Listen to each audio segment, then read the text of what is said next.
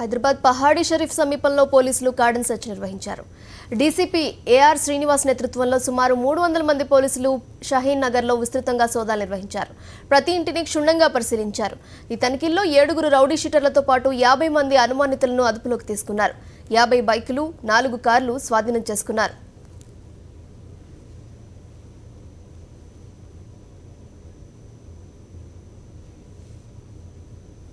300 ఇళ్లకు పైగా ఈరోజు సర్చ్ చేయడం జరిగింది.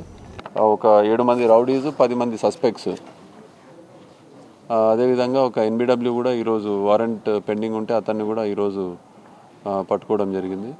సో అదే కాకుండా షాలిబండాలో ఒక మర్డర్ కేసుకి సంబంధించిన ఒక వ్యక్తి కూడా దీంట్లో సస్పెక్ట్ కింద అతను హౌస్ సర్చ్ చేస్తే దొరికాడు. అది కూడా వెరిఫై చేసి అతని మీద వారెంట్ పెండింగ్ ఉందా లేకపోతే ఇంకేమన్నా కేసులు ఉన్నాయన్నది ఆ షాలిబండా పిఎస్లో కూడా వెరిఫై చేసి అతని మీద యాక్షన్ తీసుకోవడం జరుగుతుంది. ఇదే కాకుండా సుమారు 50 2 వీలర్స్, డాక్యుమెంట్స్ లేని డాక్యుమెంట్స్ కూడా సీజ్ చేయడం జరిగింది. 4 వీలర్స్ కూడా ఒక 10కి పైన 4 వీలర్స్ ఉన్నాయి. ఆటోస్, తర్వాత ఒక 2 కార్లు అవి కూడా సీజ్ చేయడం జరిగింది.